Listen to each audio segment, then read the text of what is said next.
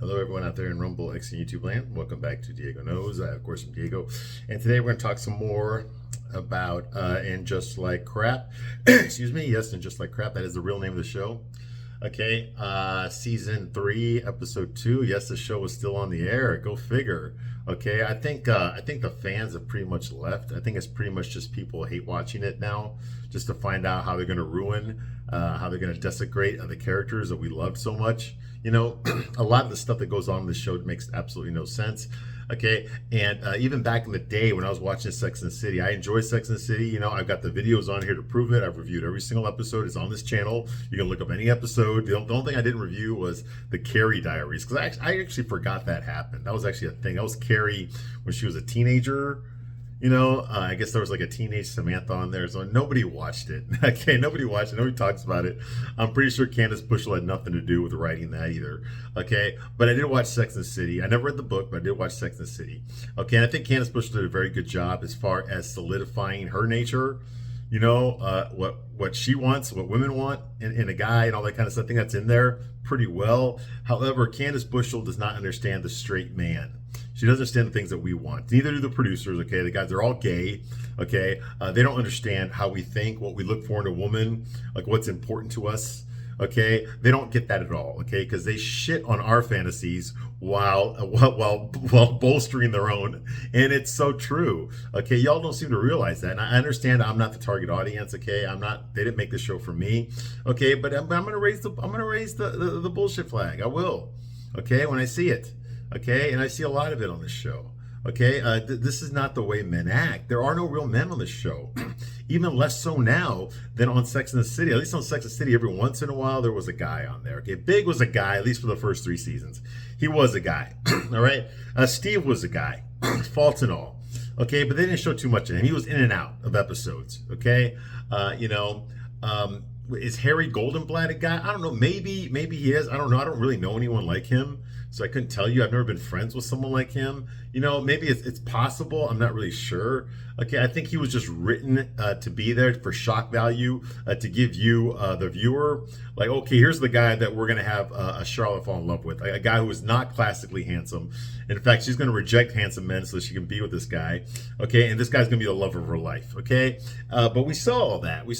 Okay, and we see that in real life. We see, you know, unattractive men with good-looking women because they have money. It's true. It's because they have money, or they have some sort of high social status or something like that. You know, they own a nightclub, okay, or they're the senior partner of their law firm or some stuff like that. They've got like dozens of employees working for them. Of course, the women are going to go for the guy that's the man at top. Okay, of course they are. I've seen that at almost every job I've been at. You know, whenever you see a coworker, you know, and she gets treated special, okay, usually it's because she's fucking the boss. Okay, so that guy's going to have a lot of women after him. Okay, so we do see the unattractive man get a lot of women. Okay, but usually they have money, they have authority, they have some sort of high social status. Okay, or maybe they're just funny. Maybe they're just like a really good stand-up comedian or something. Like they just have the personality. I've seen that as well. Okay, so I get it. Okay, there are, you know, what women find attractive in a man is not necessarily things that men find attractive in a woman. And this show doesn't understand that because they don't always like to be me. They don't know what it's like to be a straight man. Okay, what they want to promote on the show is the things that they find attractive in men. Okay, successful, high earner. Okay, no baggage. Okay, that, you know, no kids or ex-wives or alimony payments or stuff like that. You know, they want men that can put up with their bullshit, put up with their attitudes and stuff, and still be fawning over them, and still, you know, they want all this stuff. Okay, they don't want to portray a man with a backbone, because a man with a backbone is not going to put up with any of these bitches, and that's the truth. Even I'm nowhere near a millionaire. Okay, but even I'm not going to put up with these bitches. I would never put up with these bitches. Okay, because there's something you got to understand, ladies. All right. Men already know this. Men, you can skip the room right now if you want, okay? You already know this, but I'm going to explain it to your woman here, okay? I'm going to explain it to them, okay? All right? There is a hotness index, okay? There is a level, okay? A proportionate level of how much crap we're going to put up from a woman, how much of her bullshit we're going to put up with, how much of her attitude, her bitchiness, her psychosis, her bipolar disorder, whatever it is. There's a level to how much we will tolerate, a threshold, so to speak, okay? And it's directly proportional to how good looking she is. Okay, and that's the truth. Okay, the more good looking she is, the more we're going to put up with. The less attractive she is, the less we're going to put up with. You see what I mean? And that's the end. That's how it works. Is it fair? Who gives a shit? Who knows? All I know is it's fucking true. It is true. Okay? The better looking you are, the more crap we're going to put up with. Okay? Now, this is also proportionate to the man. Okay? Like if the woman is a 9, okay, and the guy is a 3, he's going to put up with a lot of crap. Okay? If the woman is a 4 and the guy is a 5, he's only going to put up with so much. Okay? Or not at all. You see what I mean? If the guy is a 10 and the woman, okay, is a 9, okay, he's not going to put up with any of her shit. You know why? Because he's a fucking 10. He can just get another 10. He can get another 9. He can get another 8, another 7. Easy, like that. Okay? So this whole thing about I'm an attitude, I got attitude, I'm a boss bitch, I'm successful, I'm a high earner, I make my own money, I own my own business, you know, I wear only the best, I eat only at the best restaurants, okay, I fly to Paris 3 times a year, I go to Greece 5 times a year, other than that, you know, all that kind of shit. If she's like that, okay, then no guy's gonna put up with it, okay, because only a high value man, and by that I mean he's rich, he's smart, he's successful, he's got a lot of friends, high social status, okay, a lot of money, okay, you know, super attractive. A guy like that is not going to put up with a bitch like that, okay? He's not. He will not put up. He won't even look at her, okay? He'll fucking do this and walk away from her. And that's the truth, okay? And unfortunately, that's the only type of women we have here, okay? We've got Seema, okay, who's just a total fucking bitch. Okay, there's nothing likable about her at all. She's full of herself. She's insufferable. She's entitled. She thinks that her shit don't stick. She thinks the whole world revolves around her. Okay, like she's some sort of fucking prize. Okay, like some fucking some Mr. fucking Superman universe guy. Okay, hasn't found her yet. Okay, and she's upset about that. Okay, despite the fact there's nothing about her that any man would actually find attractive. But the show ain't gonna go there. It ain't gonna tell you that. What the show is going to tell you is that she rejects all these men because there's something wrong with them. Never anything wrong with her. And if anyone criticizes her about, well, maybe you should be nicer. No, it's their problem. It's not her problem. She's staying firm to who she is. You know, she's not going to compromise herself for any man. Okay, well, you know, that's fine if you want to fucking be alone the rest of your life. And Seema, you're 59 years old, like 60 years old. Okay, you've got a lot less days ahead of you than you do behind you. Okay, if this is the way you really want to live your life, you got to be willing to accept the fact that you're going to fucking get some cats. Okay, because that's all you're going to have. Okay, what's going to happen to your fucking money, your empire that you built? Where's it going to go? Okay, who's going to inherit it? Who are you going to share that money with? Because right now that money's just sitting in the fucking bank. I mean, where's that money go? Is it going to a charity? Okay, is it going to your family? Who's it going to? Because you got no man, you got no fucking kids, you got nothing.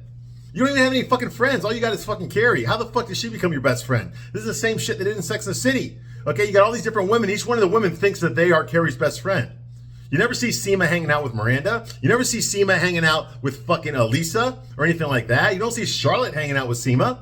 Okay, she's always attached to Carrie or they're in a group.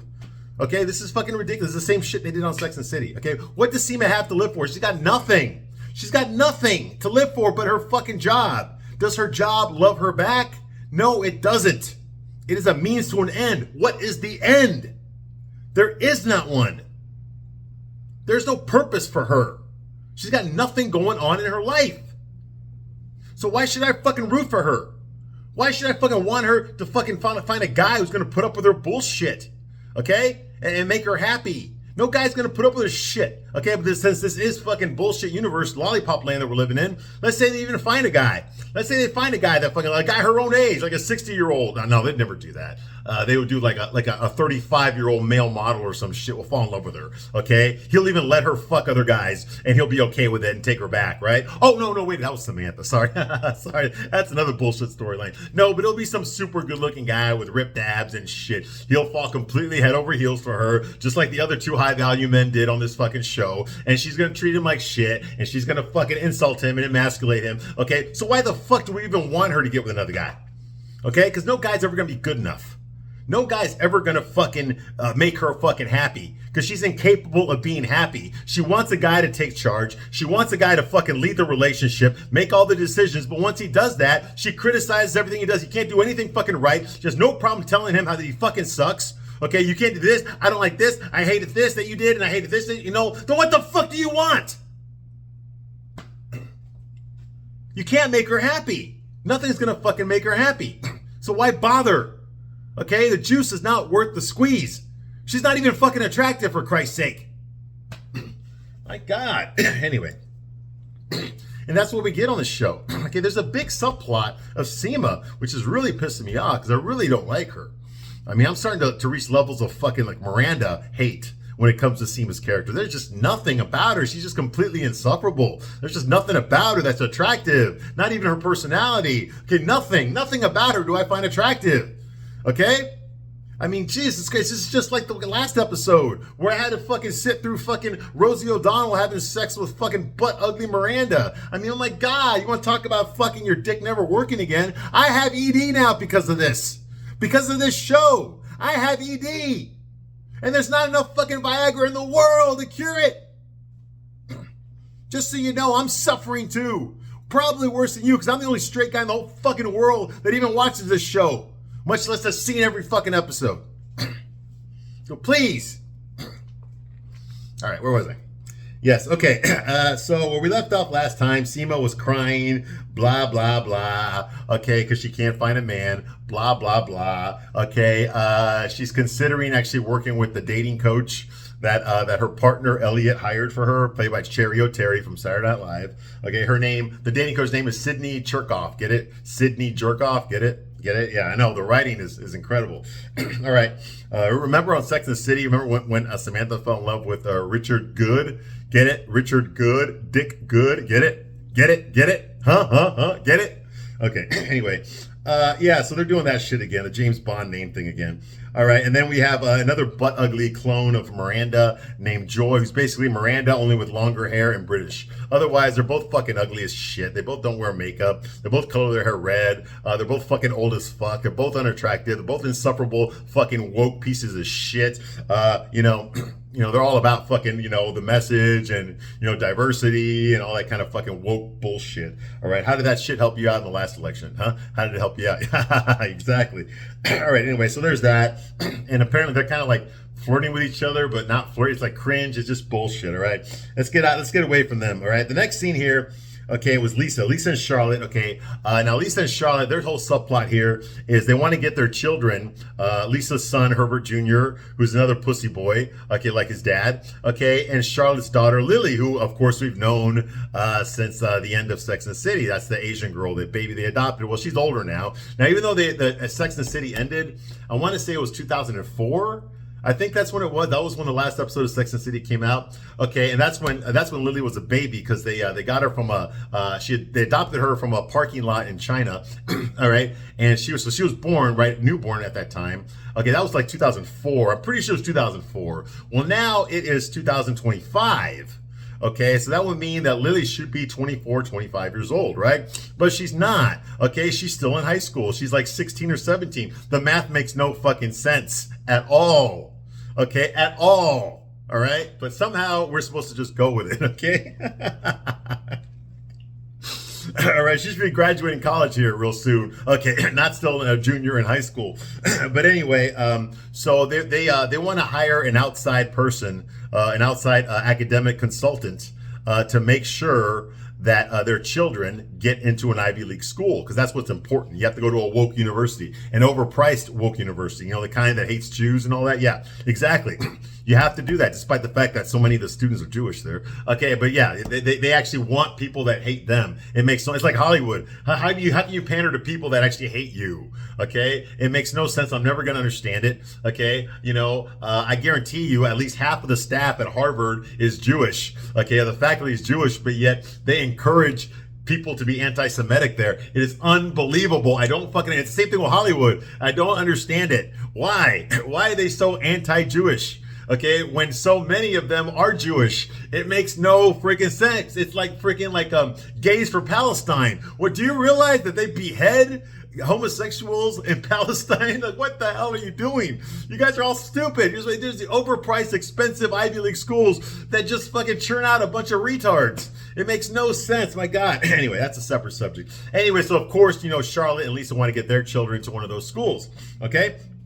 So instead of using the academic advisor that the overpriced academic the overpriced private school that their children go to, instead of using the one there, her name is Debbie, I think. Okay, they decided to hire Lois Fingerhood, who apparently is, they call her the Finger. Okay, who apparently is very hard to get. They had to basically ambush her at her son's little league baseball game in order to get her to show up at their place. Okay, so I guess she spent some time with Lily and Herbert Jr. behind closed doors at Charlotte's place. So in the meantime, Lisa and Charlotte are pacing back and forth like they're in a delivery room, you know, like they're in the waiting room at a hospital, right? And they're pacing back and forth. Of course, they're both wearing, Charlotte's wearing some fucking $60,000 outfit, okay? And Lisa's dressed like a friggin' kaleidoscope, like she always is, with testicles around her neck. She's always wearing the same shit. I think she's wearing beige now, but who gives a shit? I don't give a shit about what they're wearing. You know why? Because I'm not fucking gay. All right, but anyway, so they're pacing back and forth, and finally the doors open up, you know, and Lois Fingerhood, who's clearly Jewish, okay, comes out. Okay, but then everyone's Jewish there. Wait a minute, I forgot Charlotte's Jewish too, because she converted. Because Harry's Jewish. Yeah, because Harry reminds us every episode that he's Jewish. Yes, okay, anyway, so she comes out of there and tells them, we'll talk later, or some shit like that, all right? Anyway, so that's going on here, okay? Anyway, so they, okay, and they tell her that they bought her some truffles. They talk to each other. They say, like, hey, do you think maybe we shouldn't have bribed her with those truffles? You know, because apparently they bought her truffles. Like, what the fuck? Anyway, so they walk in there. Lois decides to go to the bathroom real quick. So while Lois is in the bathroom, Charlotte and Lisa walk in there to talk to their children. Their children are having anxiety attacks, okay? They're stressing out. Lily's hyperventilating into a paper bag. Herbert's laying down on the couch like he's a psychiatrist patient. He's just like, oh, God. Like, they don't know what to do. Like, they're about to shit themselves. So, of course, the moms are wondering what's so bad. So they go up there, you know, and Lily says, like, you know, she says, oh, my God, Mom. She told me I'm too well-rounded, that there's nothing pointy about me, you know, and that I shouldn't play the piano, and it's too mundane, you know, and don't tell anyone that I'm Asian, you know, or that I'm adopted. You know, yeah, she's crying about that. Apparently Lois told her, don't tell anyone you're Asian or adopted, and don't play the piano. It's too mundane. Okay. Now remember, her job is to get them into Harvard or Princeton or Stanford or whatever other Ivy League school there is, right? Meanwhile, Herbert Jr. says that Lily told him, she told me not to mention that I play lacrosse. Okay, that it reeks of privilege. Okay, that I'm very inauthentic. Okay, that I don't have any African American experiences. Okay, Mom, do you think I'm inauthentic? Yeah, he's a pussy boy, just like his fucking dad. Okay, so yes, okay, so basically, I guess Lois apparently is racist and all sorts of things, you know, that you're not supposed to be. Apparently she's so woke, she's too woke for them, okay? And Lisa and Charlotte and her children are pretty goddamn woke, okay? Herbert, not so much, okay? But Lily talks back to her mom. I mean, earlier in this episode, her mom busted her making out with her gay boyfriend, Diego. Don't even get me started on that name, all right? And instead of Lily feeling embarrassed or ashamed, she actually started talking back to her mom. What are you doing here? You just killed the mood. Like that, okay? Like, that's the way you talk to your fucking mom. Fuck no. You do not talk to your fucking mom that way. And her sister Rose, or Rock, is a piece of shit too. Who insufferable, okay? Brats. They're both fucking brats. Anyway, but the men, of course, in the show, like Diego, yeah, he's just like, hello, Mrs. Goldenblatt. Nice to see you again. I'm just gonna go. Like that, okay? Like the pussy boy he is. He's got a camel toe. I know, because we watched him doing his fucking gay ballet. Harry's also a pussy too. The principal of the private school the girls go to.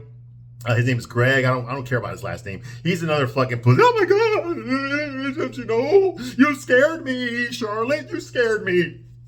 I'm the principal here. Like that. Like a little fucking piece of shit.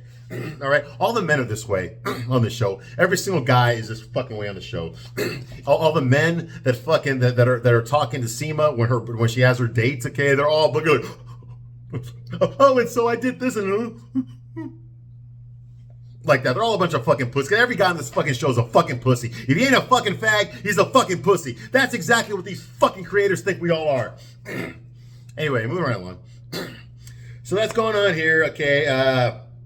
They're having their anxiety attacks, okay? And I thought it was kind of weird that this Lois Fingerhood is so woke. She is more woke than Lisa and Charlotte, which is really weird because the show's pretty woke. I mean, Lisa and Charlotte are already far left. They're already far left, okay? And you're telling me this woman, this Lisa Fingerhood, and Lois Fingerhood is even more further left than they are? That's saying something, okay? That's saying something, all right? So anyway, so Charlotte starts hyperventilating too because she thinks she's on a fucking sitcom now. She thinks she's on fucking Friends or something, where everyone's just like, oh my god, what? Like that, or like on fucking I Love Lucy or some shit. Anyway, so Charlotte starts, and Lisa's acting that way too, even though they're both insufferable cunts. So they're acting that way too, and Charlotte loses her temper and she says, "Fuck Lois, fucking Fingerhood." Fuck her! And of course, when she says that, who was right there in the hallway watching all this and hearing all this was Lois Fingerhood. There she is with her backpack, and she saw the whole thing. She heard the whole thing, and she's just like, I'll see myself out. And she walks out with her stuffy, pretentious attitude, like her shit don't stink. And they try to stop her, and it's funny because Lisa and Charlotte run after her to stop her from leaving. And the way they run is like this. Like they're bow-legged or something. It's really still like they're Keystone Cops or something. Like, whose fucking decision was it to make them move that way? They look ridiculous. It looks stupid. It's not realistic at all. If you wanted this woman to come back, okay, you say, wait, stop, and you walk towards her in a fast pace. You don't boom, boom, boom, boom, like you're walking bow-legged. It's just ridiculous. These women have no physical comedy, okay? I'm sorry, Kristen Davis and fucking Lisa Todd Wexley, they're not physical comedians, okay? They're not Lucille Ball or Carol Burnett. They cannot fucking pull that shit off, okay? They can barely fucking act, okay? And they're not even really acting. They're both playing the same fucking person. Only one of them's black and one of them's white. That's it. That's the only fucking difference. One of them wears fucking $60,000 outfits to go to lunch, and the other one's dressed like a fucking kaleidoscope. That's it. They're the same fucking person. Anyway. So that's going on here, okay? And they, they go after her. Anyway, they try to stop her and stuff, and she tells, she just looks at them, and they offer her the truffle. Oh, you forgot your truffles, please. And she just looks at them and she goes like, good luck with Debbie. It's been a pleasure. And then she walks out of there. So they ruin their shot. Okay, so now there's no guarantee, okay, that their children are going to get accepted in an Ivy League school. Now they're just going to have to stick with the fucking the guidance counselor that they pay like $250,000 a year to find them an Ivy League school and get them accepted. They're going to have to stick with that one instead of this one. That's basically the only difference. Boo hoo hoo. Oh my God. Here's the world's smallest fucking violin crying for your fucking Cadillac problems there. Fucking Charlotte and Lisa. I couldn't give two fucking shits, okay, if both your kids got hit by a fucking car because they're both insufferable pieces of shit, just like you. Moving right along. Okay, the next scene here is Seema again. Back to Seema, okay? Seema goes into this very nice, they're always nice restaurants, okay? Everyone on the show goes to a fucking nice restaurant for breakfast, lunch, and dinner 7 days a week, all right? So Seema goes into this nice restaurant wearing pastel. She's got her hair down, okay? It's straight. She's wearing pastel. She's wearing a fake pearl necklace and pants, okay? So anyway, I think she's wearing khaki pants. I'm not sure. I don't know. I don't give a shit. Okay. Anyway, to meet a guy, and the guy that she's going to meet there, his name is Jake. He's an older man. He's probably in his 50s or late 50s, early 60s. Okay. Wearing a suit, very distinguished, beard, whatever. He looks like a professional something, right? Much better than she deserves, that's for sure. He's actually better looking than her. Okay. And I'm not even gay. Even I can point that out. He's actually better looking than her. Anyway, he's definitely a lot nicer. Okay, you know what? And of course, what happens, the same thing they always show whenever the scene is on a date. It's always her just sitting there, listening to the man talk about himself. Okay, and she's just,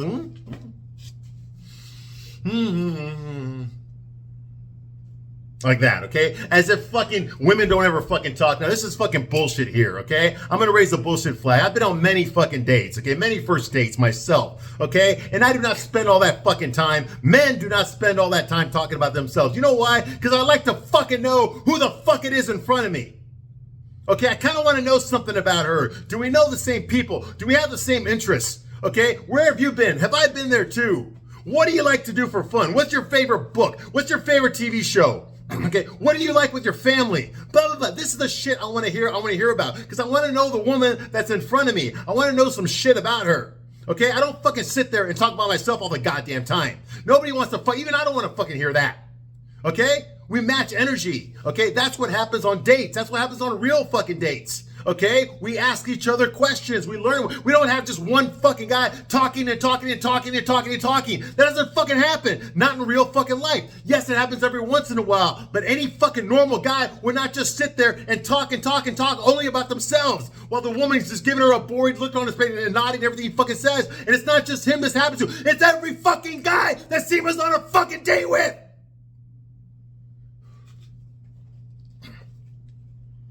Anyway. So that's going on here, okay. Anyway, so she's sitting there listening to his bullshit, listening to his story, okay. She's just nodding and doing all this stuff. And then, you know what? It kind of shocked me. She's actually nice to him. Now, remember last video I said that she's never nice to any guys at all. Okay, but she's actually nice to him. I was blown away by this. Now, obviously, she's doing what Sydney Cherkoff told her to do. That's why she's dressed that way. That's why she's being nice to him. Okay, instead of complaining about everything he does, or reading him, or profiling him, or trying to find out what all his faults are, all his insecurities are, all that kind of stuff. Okay, you know, so she's polite and complimenting him, and I was like, whoa, wow. Did her personality shift? Of course it didn't shift, okay? Because she's about to fucking unveil herself, right? So he starts asking her about herself. He's like, you know what? You're a very good listener, Seema. I'm glad I met you. And then she's like, no, Jake, you have not met me. You have never met me, okay? That's what she says. You know, she says like, she's like, you haven't met me, okay? These pearls, these are fake pearls. Like, I don't wear pastels, okay? I don't dress like this. I don't look like this. That's not the real me, okay? So of course the real her's coming out. The real her is an insufferable cunt, all right? And here's what really pisses me off about this whole situation. You know, it is actually possible. Nobody on the show understands this. Not the writers, not the producers, the showrunners. Nobody, or even the actors, I think, understand what I'm about to tell you. Okay, ladies, pay attention, please, all right? This is very important, okay? It is, I'm not telling you that being a successful boss bitch is a bad thing, okay? But it's your thing, okay? It's not what we look for, okay? If that's important to you, that's all that matters, okay? It doesn't matter whether it's important to us. It's not important to us, okay? There's nothing wrong with being a boss bitch. If that's what you want to do, fine. Do it then, okay? I'm not putting that down, all right? Okay? But it is possible to be a boss bitch and still be a nice person. Do you understand that? You can be a boss bitch, you can be a fucking captain of your fucking industry and still be nice to people. It is possible to do that, okay?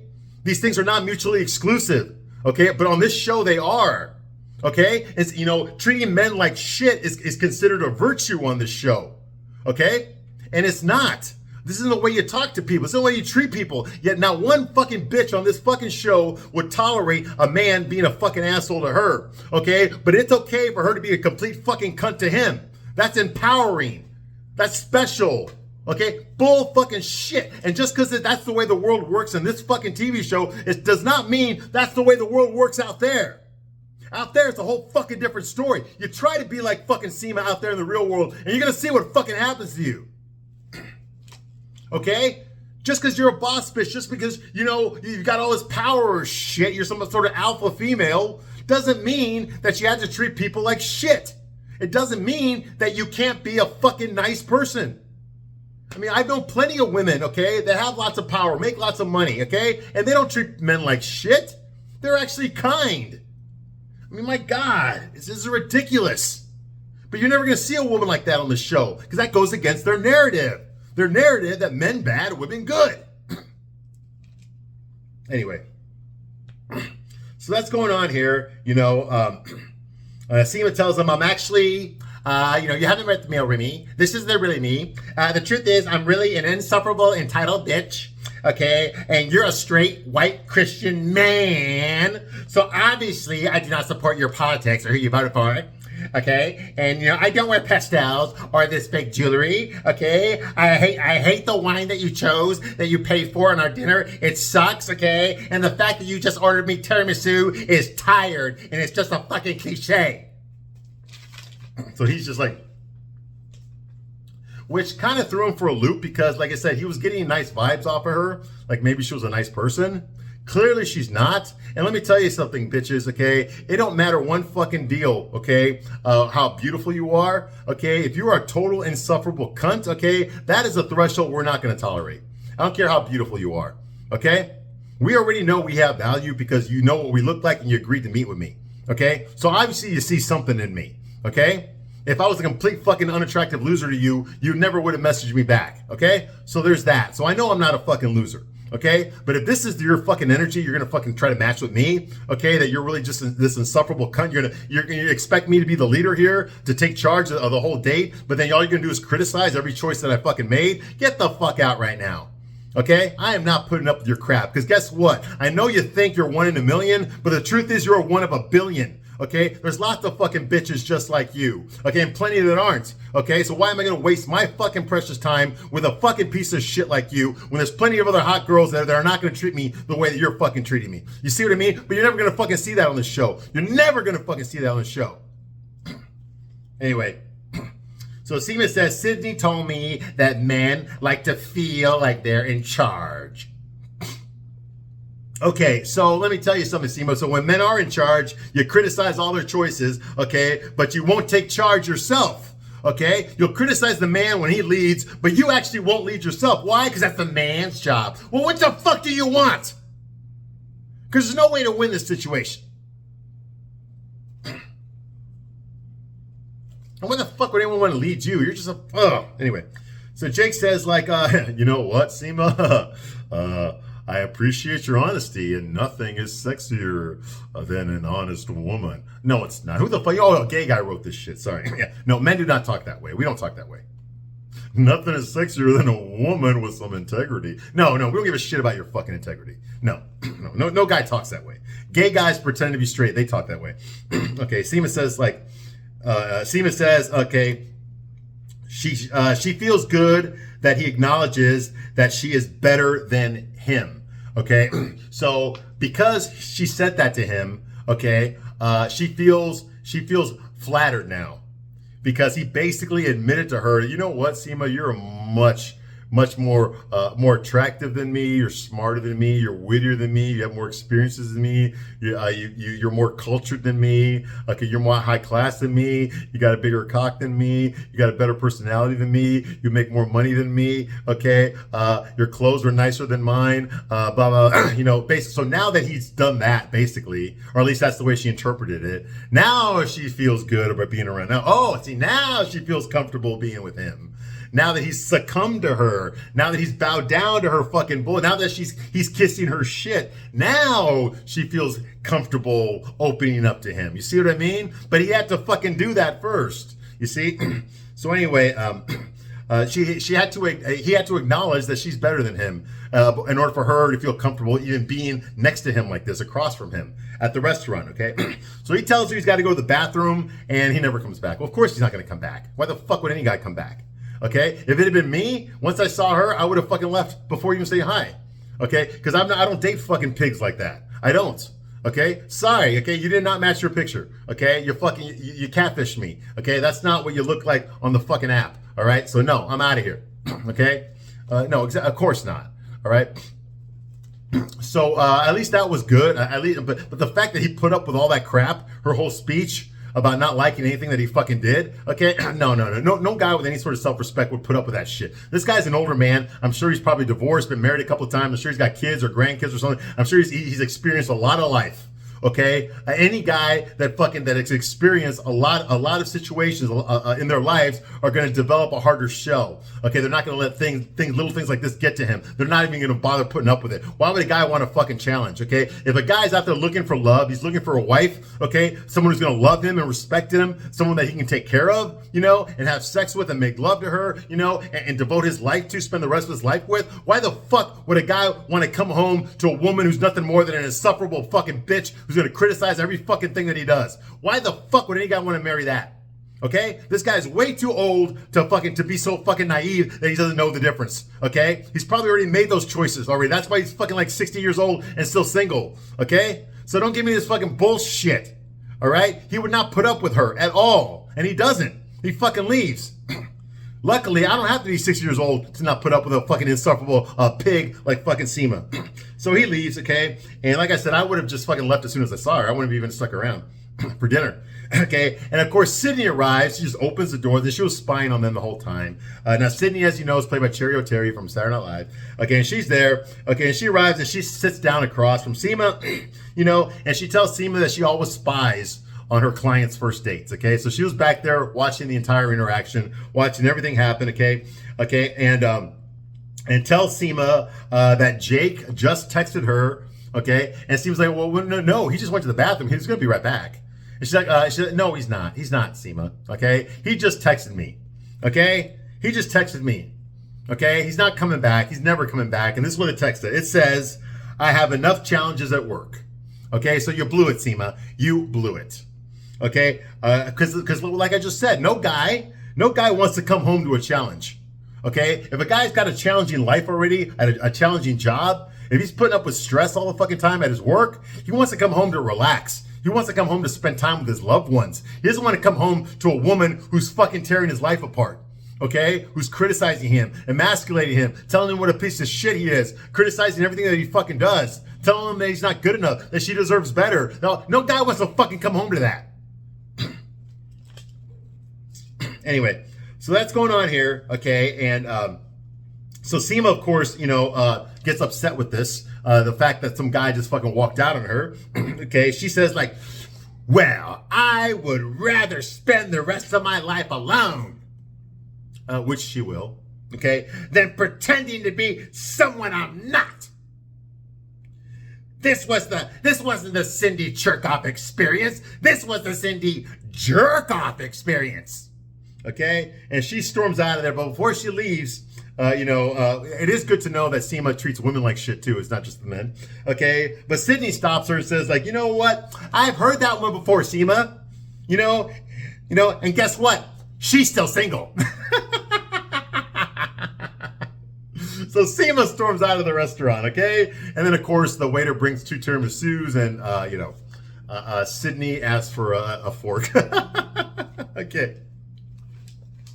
So that all happens, okay? And the next scene here, Miranda is talking to that ugly waitress, okay, named Ava at the restaurant, okay, about that show called Bisexual Bingo, okay? That's where these it's supposed to be bisexual bingo, but there's no men on the show. It's just women in their 20s fucking each other, okay? And they talk about, every once in a while they'll mention a guy, but you never actually see a guy on there. Why? Because they don't want lesbians that are watching this show to get any ideas that maybe they could have good sex with a man. We don't want that on the show. That goes against the message. See, it's okay. It's actually encouraged if you're straight to go gay.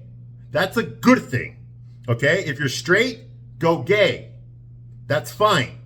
But what you're never allowed to do is be gay and go straight. That is not allowed. That goes against everything that this fucking show stands for. So even though the show is called bisexual, it's code for lesbian. Okay, so these women, you're not actually going to see these women talking about a guy and wanting to have sex with a guy. Okay, because that goes against the message. That's heterosexuality, and we can't have any of that on the show. Okay, we've got to have homosexuality. Okay, because that's progressive. That's the way to fucking go. That's why fucking all these corporations are spending so much money this summer on Pride. Right? Oh, wait a minute, they're not. That's right. Target, Walmart, Nike, they all pull their Pride shit. And McDonald's, yeah, they all pull their Pride. Anyway, never mind. The point is the show is stuck in 2020, okay? They still think that's going on. They still think you gotta wear masks outside. The only people wearing masks outside are the fucking rioters. Anyway, so that's going on here, okay? She's talking to Carrie about how she got rejected, okay? She asked out the obviously lesbian waitress, okay, who it turns out was not lesbian. She's actually straight, married, and has 2 kids. Oh yeah, she also watches The Walking Dead, and guess what? She's not a zombie, okay? So of course Miranda feels embarrassed by this. Carrie doesn't give 2 shits. All Carrie wants to do is talk about Aiden, okay? And that's what she's talking about. She's just bringing up the stupid ass fucking, bringing up the stupid ass fucking thumbs down emoji that she sent her, okay, for the fucking table, which is so fucking stupid. Okay, like it's her house. If she wants to buy a fucking table, she can buy a fucking table. She doesn't need fucking Aiden's permission or approval. She can just fucking buy it. Okay, but she's making a big deal out of nothing. Okay, she's using the fact that he sent her a fucking thumbs down emoji. Okay, instead of calling him, which is what he told her to do earlier in this episode. You know, just call me or something. She's trying to use that to find a way to be mad at him so that it can justify her cheating on him. She can just say, oh, well, you know, you're so insensitive to my feelings. You never even responded to that thing that I sent you. Okay, so she's going to use that as an excuse to cheat on him. Okay, not the first time she's cheated on him either. Okay, so anyway, so that's going on here. You know, blah, blah, blah. So at the restaurant, Miranda, okay, is just talking to fucking Ava, the waitress, okay? Carrie figures out that the only reason they came to this restaurant is so that Miranda could flirt with the fucking butt ugly waitress, okay? That's the reason they're there. Okay, I'm going to stop right here, but I'll be back soon to continue my review of And Just Like Crap. I thank you very much for watching this long, and I'll see you soon on the next one. Bye.